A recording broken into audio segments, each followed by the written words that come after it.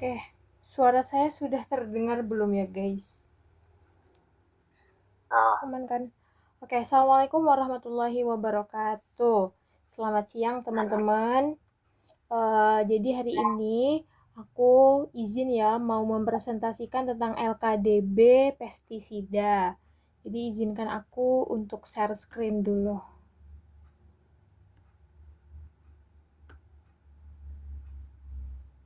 Oke, apakah sudah terlihat? Oke.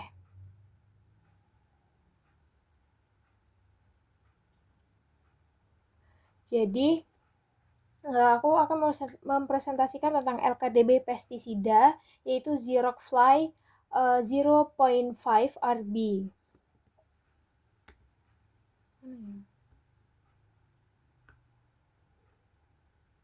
Oke, jadi sebelumnya apa sih itu LKDB? Jadi pengertiannya itu lembar data keselamatan bahan. Nah, LKDB itu dokumen penting yang isinya itu informasi lengkap tentang bahan kimia atau pestisida. Nah, tujuan dari adanya LKDB ini untuk melindungi kesehatan dan keselamatan kerja pengguna serta lingkungan sekitar kita. Nah, standar internasionalnya itu mengikuti GHS atau Globally Harmonized System dengan adanya 16 bagian standar yang berlaku secara global. Nah, kewajiban hukumnya itu setiap produk pestisida itu harus dan wajib dilengkapi LKDB sebelum dipasarkan ke konsumen, begitu ya.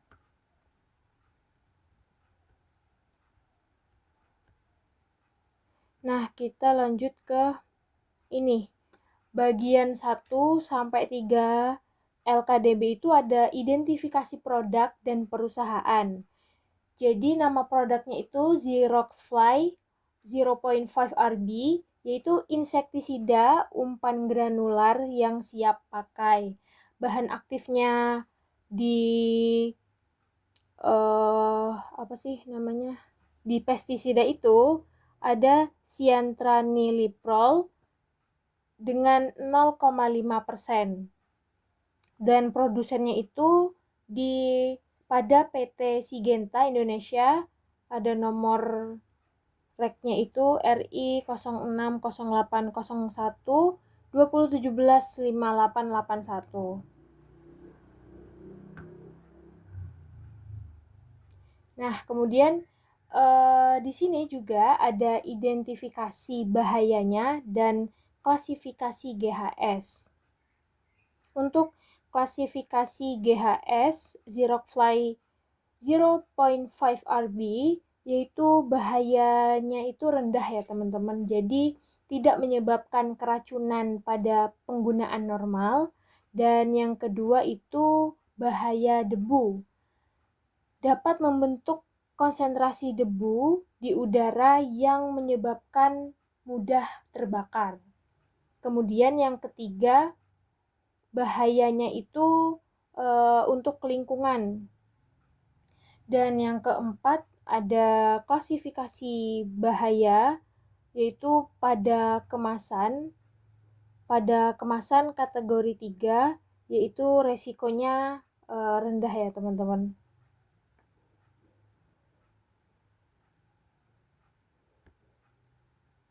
Oke, lanjut. Terdapat komposisi dan sifat-sifat fisika dan juga kimia. Dari bentuknya itu padat, agak granular gitu, bulir-bulir kayak gitu. Nah, kemudian untuk warna dan baunya itu warnanya itu kekuningan hingga coklat dengan bau yang menyenangkan. Gak tau lah ya, bau menyenangkan itu kayaknya udah halusinasi gak sih? Dan kemudian pH-nya itu 6,23 pada suhu 24,5 derajat Celcius, itu sifatnya netral. Dan sifat pentingnya itu ternyata mudah terbakar jika terbentuk awan debu. Dan kemudian stabilitasnya itu stabil pada kondisi penyimpanan normal.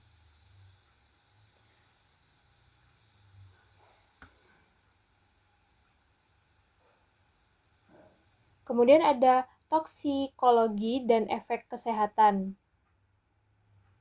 Jadi untuk toksisitas oral akut sangat rendah, jauh di atas ambang bahaya. Kemudian ini tidak beracun melalui kontak kulit pada dosis yang normal ya teman-teman. Kalau dosisnya melebihi itu kemungkinan beracun begitu. Dan untuk iritasi kulit dan mata itu tidak menyebabkan iritasi ya teman-teman, untuk kulit ataupun mata. Dan kesimpulannya untuk K3 ini produknya itu relatif aman jika digunakan sesuai petunjuk, sesuai SOP, dan tidak ada bukti sensitisasi pada hewan percobaan. Jadi tetap penggunaannya itu dengan sesuai SOP. Nah, jika ada yang misalnya kayak terlanjur kena atau terlanjur ada yang keracunan, ada yang lain halnya yang berbahaya lah ya. Jadi kita ada pertolongan pertama dan juga penanganan keracunan. Jadi kalau misalnya terhirup itu segera bawa orang yang terhirup itu tadi segera bawa ke udara yang segar.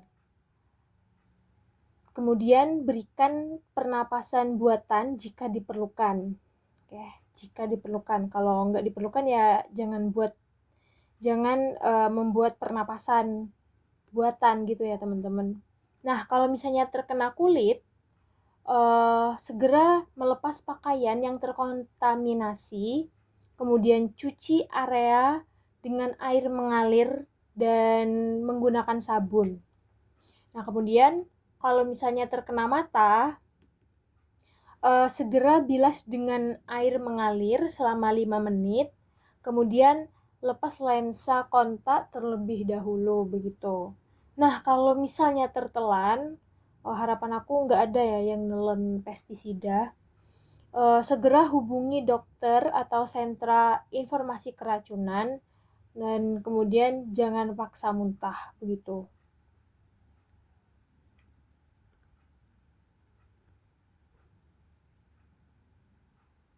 Dan pada bagian ke-8 LKDB yaitu pengendalian paparan dan APD.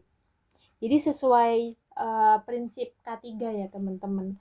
Pengendalian teknis itu selalu diprioritaskan sebelum mengandalkan APD. Jadi pastikan ventilasi itu baik, yaitu ruang kerjanya itu ada ventilasi yang cukup, yang baik, yang sirkulasi udaranya tuh emang bagus begitu. Dan kemudian pakaiannya itu lengkap, yaitu menggunakan lengan panjang dan celana panjang dan bersepatu dan juga menggunakan kaos kaki. Dan untuk pernapasan itu masker biasanya tidak diperlukan kecuali konsentrasinya itu melebihi ambang batas. Dan untuk mata dan tangan itu tidak perlu memerlukan perlindungan khusus ya teman-teman.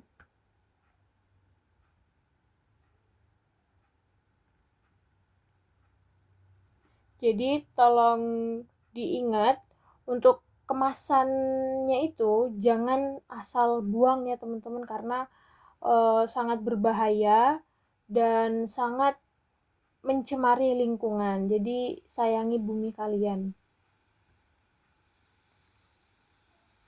Dan di sini ada informasi transportasi dan regulasi. Bisa teman-teman baca sendiri.